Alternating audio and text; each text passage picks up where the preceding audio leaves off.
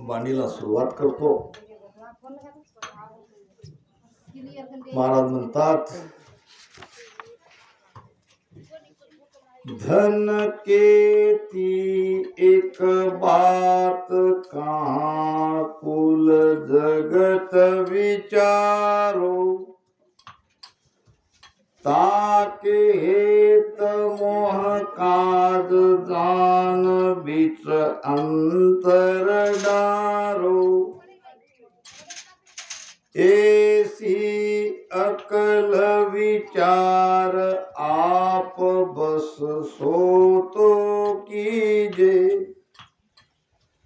तन मन धन लग साथ सूप सतगुरु को दीजे, पीछे सुन सुख राम कहे, शिष को दोष न कोय, गुरु पद को बिड़द लाजसी, जे कृपा नहीं होय। कृपा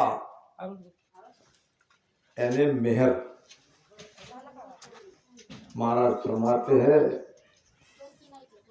कि मेरी मेहर बिना कोई हंसो, अमर लोक नहीं जावे,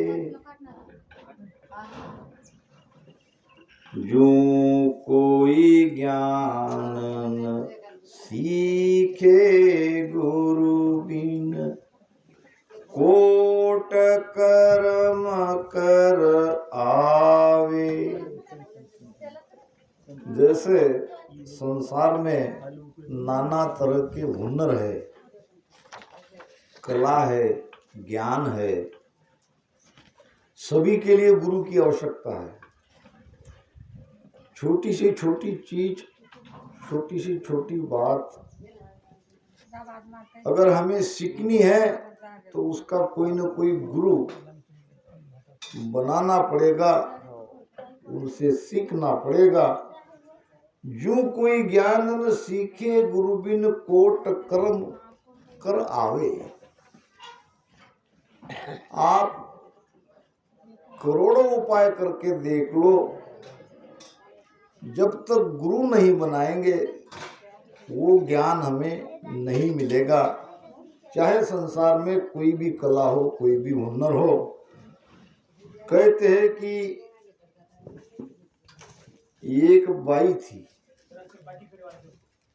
और उसे अपने होशियारी पर गर्व था। उसे लगता था कि मुझे सब आता है। उसे लगता था कि मैं ऐसे ही देख के कोई भी काम सीख जाती हूँ। अब बाई की शादी हो गई। शादी होने के बाद ससुराल में उसके पिताजी आए और पिताजी को पूछा कि आपके लिए भोजन में क्या बनाऊं। पिताजी ने कहा, बेटी तो मैं तो तुमको मिलने के लिए आया था, भोजन क्या, जो भी बना दो वो खा लूंगा। नहीं नहीं, भोजन तो आज आपकी पसंद का बनेगा। ठीक है बेटी, कहती तो बना दो आज पूरन पोली, खा लेंगे। वैसे बहुत दिन से नहीं खाया। अब पूरन पोली बनाना इस बाई को आता नहीं था। मुश्किल तो अब यहाँ हो गई, मगर उसने देखा था, किसी दूसरी बाई को पूरन पोली बनाते हुए देखा था। तो थोड़ा बहुत तो याद था, मगर किसी भी चीज का आधा ज्ञान बहुत घातक सिद्ध होता है। या तो पूरा अज्ञानी चाहिए या पूरा ज्ञानी चाहिए, आधा काम का नहीं। तो उसने दाल भी तो डाल दी, शक्कर भी डाल दी, अब उसे लगा कि यहाँ तक की बात हो गई तो आगे भी काम जम जाएगा। अब वो दाल नीचे यानी चूल्हे पर से नीचे उतार लिया, इधर आटा भी गूंद दिया। अब दाल के भी गोले बन गए, आटे के भी गोले बन गए। अब यहाँ आके गड़बड़ हो गई। हाँ किसमें क्या मिलाना? हाँ आखिर में दिमाग पे बहुत जोर दिया। उस भाई ने क्या किया था, ये क्यों नहीं रोटी बन रही? हाँ तो उससे लगा कि उस भाई ने सफेद साड़ी पहनी थी। हो सकता है मैंने साड़ी नहीं बदलाई हो, तो जो भी साड़ी पहनी थी वो साड़ी उसने उतार दी और सफेद साड़ी पहनी और बैठी दोनों गोले लेके। अब क्या करे, अब क्या करे, बात तो नहीं जम रही थी। फिर ऐसे लगा कि वो भाई टकली थी, बाल नहीं थे, उसने पूरी अपनी बाल निकाल लिए थे, टक्कल बनाई थी। हो सकता है इससे ये बात बन जाए। अब बाल भी उसने सारे उतार लिए, टक्कल ही हो गई, सफेद साड़ी पहनी। अब उधर से पिताजी आए, बेटी अभी तक क्या हुआ, रोटी नहीं बनी? पिताजी बन रही है। जब ज्यादा समय हुआ तो पिताजी ने देखा बेटी को तो पहचान नहीं पाए थे। तुम्हारे बाल को क्या हुआ और तो तुम सफेद साड़ी पहने क्यों हो? वो कहने लगा अब क्या करूं पिताजी, तुम्हारे लिए पूरन पोली से ये मेरी स्थिति हो गई। अब क्या हुआ यही, अब यहाँ तक तो बात आ गई, मगर अब किसमें क्या मिलाना है ये समझ नहीं पा रहे। सारे उपाय करके देख लिए। पिताजी ने कहा बेटी किसी को पूछ लेती तो बता देते, ये तो बहुत आसान काम बाकी रह गया था, सब कुछ तुमने कर लिया। अब ये तुमने सफेद साड़ी और ये बाल ऐसे पूरे निकलवा लिए, ये क्यों? तो उस भाई ने ऐसा किया था, उसको देख देख के मैं, तो ये ऐसा ही होने वाला है। या तो गुरु के समर्पण में पूरी तरह से हो जाओ, तभी ज्ञान की प्राप्ति होगी। अब यहाँ तो मेहर की बात हो रही है। यहाँ तो पूरा समर्पण जब तक नहीं करोगे, राम राम भी कितना कर लो, याद रखो। आप कहोगे राम राम हम कर रहे हैं, गुरु के शरणागति की कोई आवश्यकता नहीं है, फिर तो गए, बिल्कुल गए काम से। गए काम से। महाराज के वचन को देखो,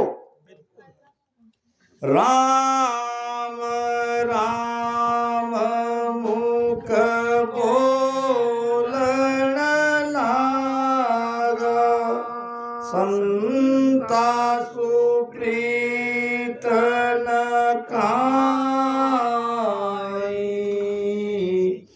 राम राम मुख बोलन लागा, संता सुप्रीत न काई।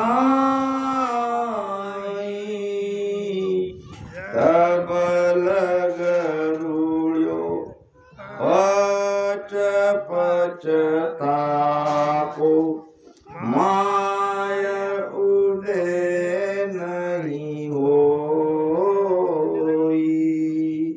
तब लग रूढ़ो पच पचतापो, माय उदय नहीं होई। राम माय उदय नहीं होई। प्रीत न छिपे छिपाई संतो, प्रीत न छिपे छिपाई। मूंगी बस्त को सूंगी जाने, हाण न पो नहीं भाई। राम हाण न पो नहीं भाई। प्रीत न छिपे छिपाई संतो प्रीतन छिपे छिपाई। केवल भजन के आधार से सदगुरु कृपा नहीं होगी। भजन तो करना ही पड़ेगा, मगर संतों के अधीन होके, संतों को समर्पित होके, राम राम मुख केने लागा। भजन तो बहुत कर रहा है, राम राम तो बहुत जोरदार हो रहा है, संतों के प्रति उदासीन, संतों के प्रति प्रीति नहीं है। ये शब्द कैसे आता है?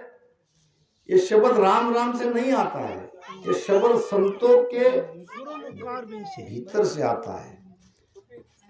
ये जो सत्ता है, ये सत्ता एक शरीर से दूसरे शरीर में परिवर्तित होती है। ये सत्ता इस प्रकार से चल रही है। तो सत्ता आती है गुरु मेहर से, और गुरु जब रिश्ते हैं, जब गुरु का निजमन राजी हो जाए। गुरु का निजमन तब राजी होता है जब हम निजमन से गुरु को माने। निजमन से गुरु को मानकर राम राम भजन कर रहे हैं तो मेहर तुरंत होगी। मेरी मेहर बिना कोई हंसो अमर लोक नहीं जावे। मेरी यानी ऐसे सत्ताधारी संतों, सतपुरुषारी तो मेर गेब की केर गेब होए जावे बे।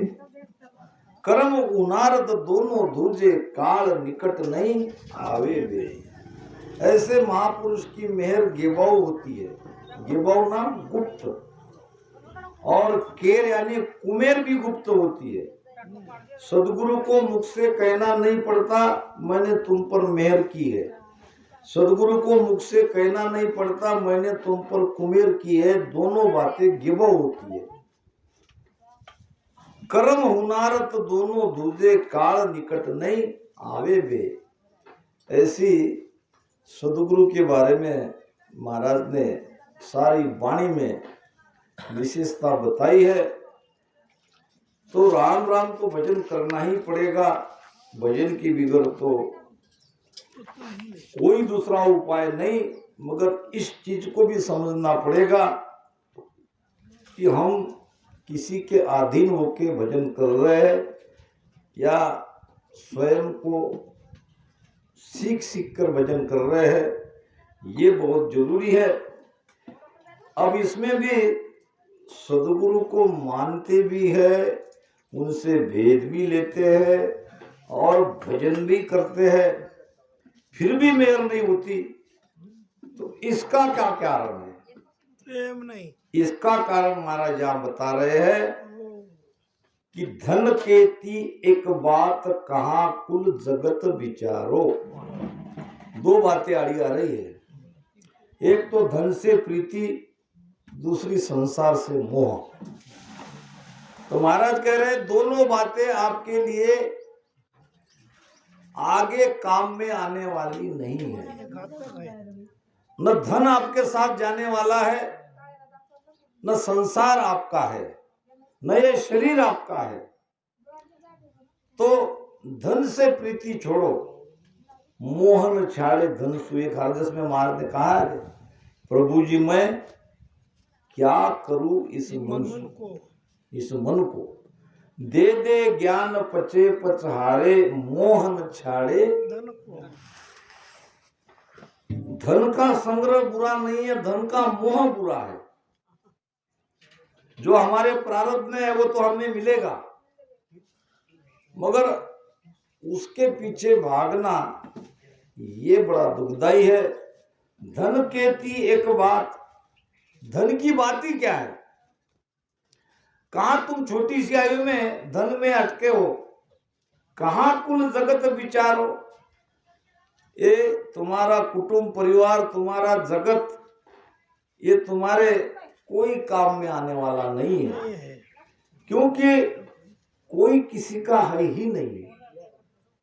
ये बहुत हम जो मान के चलते हैं कि ये मेरा, ये मेरा, ये मेरा, कोई किसी का नहीं है, ना कोई तेरो ना तू काहू को, झूठे चितने दीजे भी। ये आत्मा का कोई नहीं है।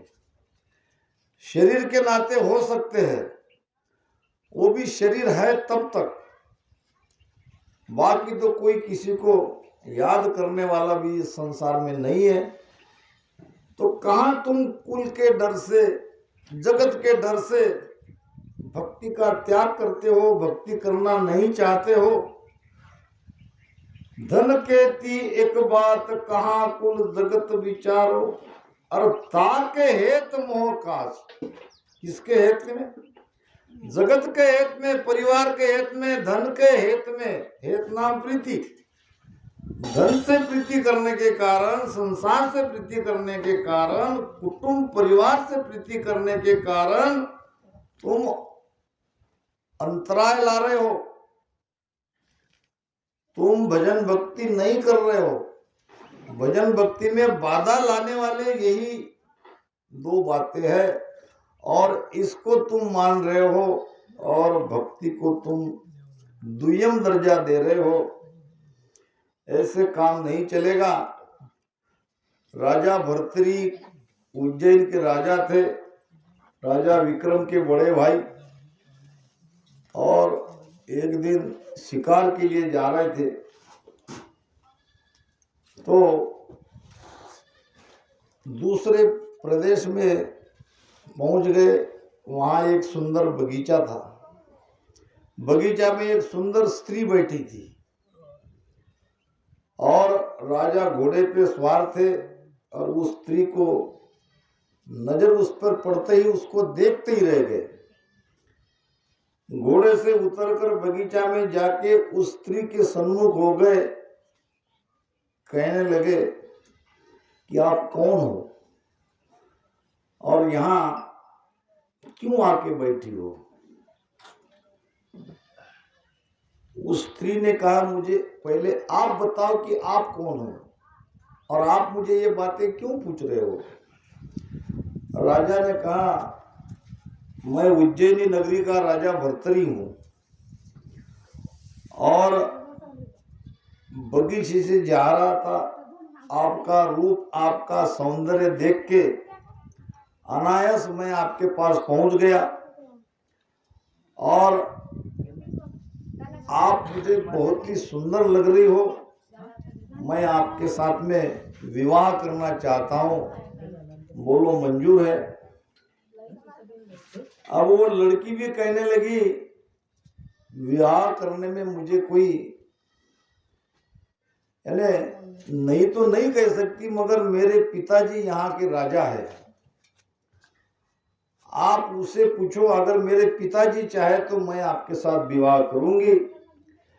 पिताजी के पास गया और हाथ जोड़ के बड़ी विनम्रता से कहा कि मुझे तुम्हारी लड़की चाहिए, मैं उसे रानी बनाना चाहता हूँ।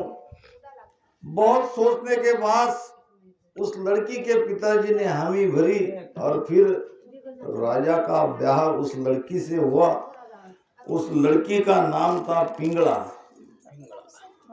और राजा भर्तृहरि उसके प्रेम में, उसके सौंदर्य में इतने दीवाने हो गए, इतने दीवाने हो गए कि आगे यही स्त्री, इसी के कारण उसको सब कुछ त्यागना पड़ा, राजपाट, सुख संपत्ति। तो महाराज कहते हैं, राजा भर्तृहरि के जैसे जितना प्रेम एक स्त्री से, राजा भर्तृहरि के जैसा कोई किसी ने आज तक न किया, न कर सकेगा। एक दिन की बात है, जब शिकार करने के लिए गए थे तो अपने साथी से बिछड़ गए। सामने था एक हिरन, वो हिरन थी गर्भिन, और बाण से राजा ने हिरन को मार दिया। हिरन बेचारी तड़पने लगी। पास में कुटिया से एक साधु आए जो गोरक्षनाथ जी थे। उन्होंने कहा, अरे राजा निर्दयी, मारना था तो शेर को मारना था, इस निरपराध प्राणी को मार के आपको क्या मिला? तो राजा भर्तृहरि ने कहा, अगर तुम सचमुच महात्मा हो तो इसको जीवित करो। आपके जैसे साधु संत तो दूसरे को जीवन दान भी देते हैं, जीवित भी करते हो। अब मैंने तो मारा, आप जीवित करके बताओ तब मानूंगा तुम संत हो। गोरक्षनाथ ने कहा अगर मैं इसे जीवित कर दूं तो मुझे क्या मिलेगा? भर्तृहरि ने कहा जो मांगो आपको मैं दूंगा। ठीक है, अगर मैं हिरण को जीवित करता हूं तो आपको भक्ति करनी पड़ेगी, मेरा शिष्य बना पड़ेगा। बोलो मंजूर है? भर्तृहरि ने कहा मंजूर है। तो जल लो हाथ पे और वचन दो। और उस जमाने में जबान की कीमत थी। अब जल लेके उसने वचन दे दिया अगर ये हिरण जीवित हो गई तो मैं तुम्हारी भक्ति करूंगा, तुम्हारे शरण में जाऊंगा। अब थोड़ी देर में पानी के छींटे हिरण पर गोरक्षनाथ जी ने मारे। हिरण उठ के खड़ी गई और उसके पीठ पे हाथ फिरा के वो भाग गई। अब ये मुश्किल में पड़ गए क्योंकि रानी में प्रेम था। रानी का मोह वो उसे वैराग के लिए बाधा बन रही थी।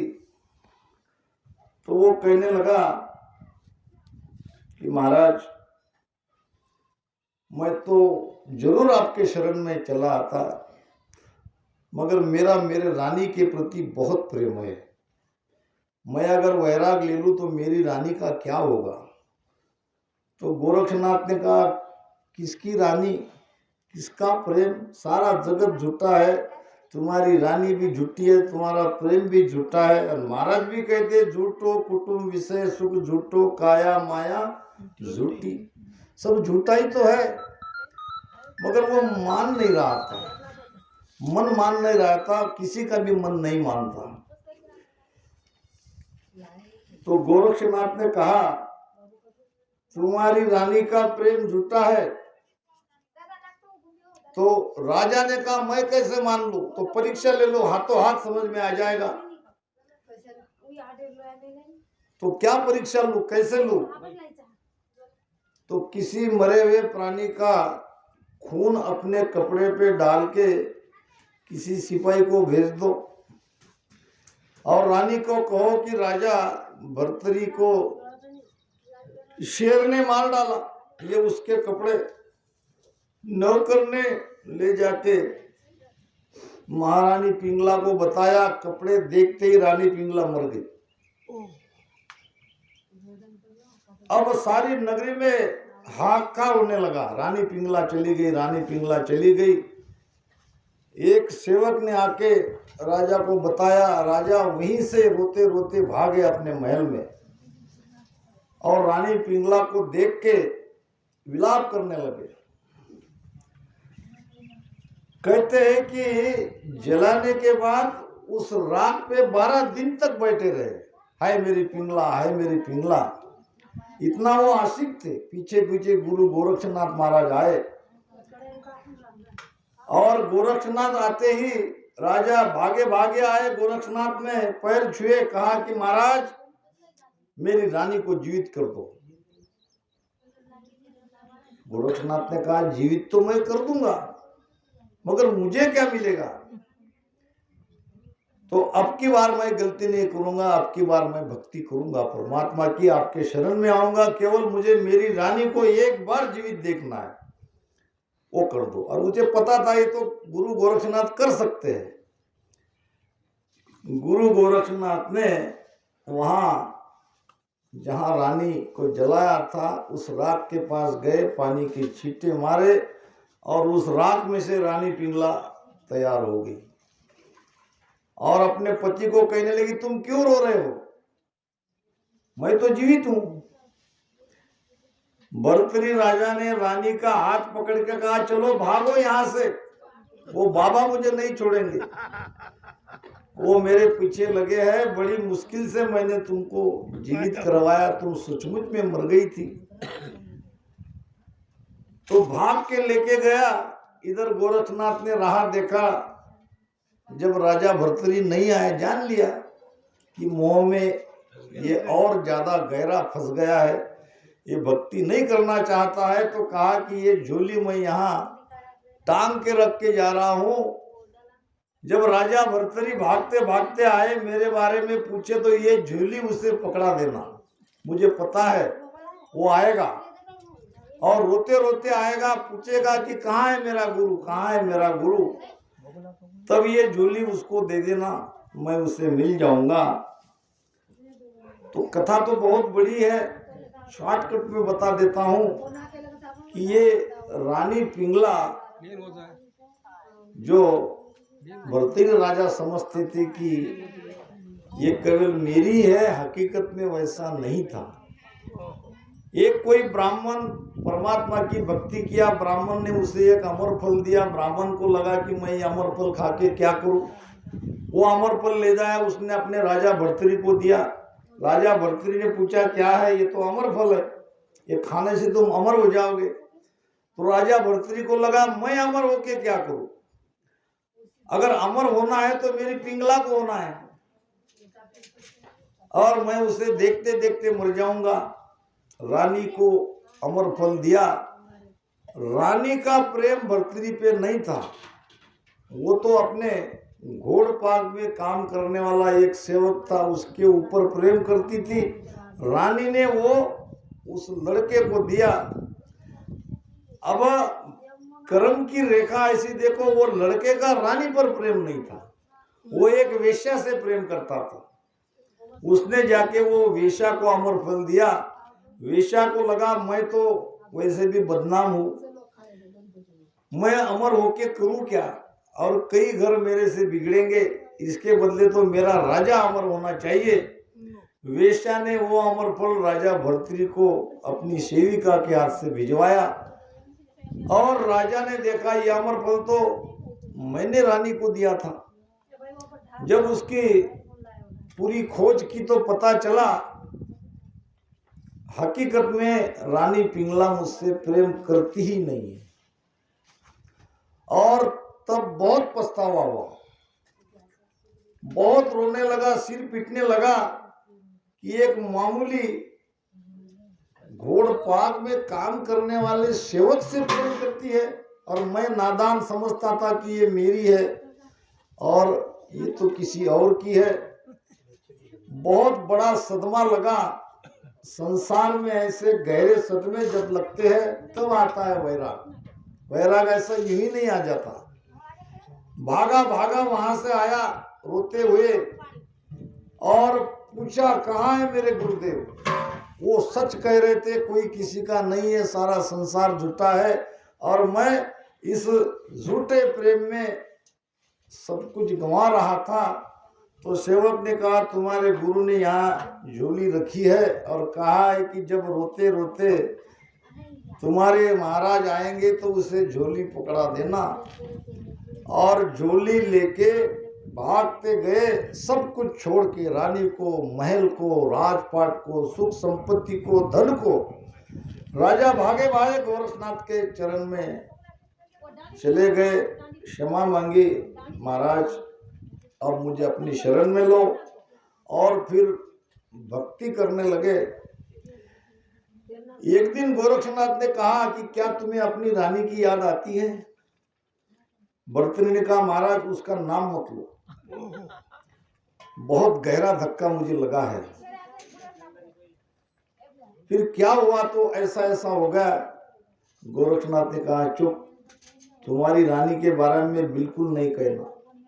क्यों नहीं कहूं, जब मैंने सारी बातें खोज कर ली, वो उससे प्रेम ही नहीं करती थी, तो मैं क्यों उसके बारे में कहूं। तो गोरक्षनाथ ने कहा तुम्हारी रानी तभी मर गई थी जब तुम कपड़े भिगोए रुखुन से उनको बताए थे। फिर ये कौन सी थी जो अमर फल अपने प्रियतम को लेके देने वाली, वो कौन थी। तो वो मायावी पिंगला थी, वो मैंने बनाई थी। वो सब नाटक तुम्हारे लिए रचा था। और फिर कहा कि सारी बातें समझ में आ गई। एक स्त्री के मोह में जो भक्ति करना नहीं चाहता था, उस राजा को गुरु ने इस तरह से भक्ति में लाया। तो महाराज कहते हैं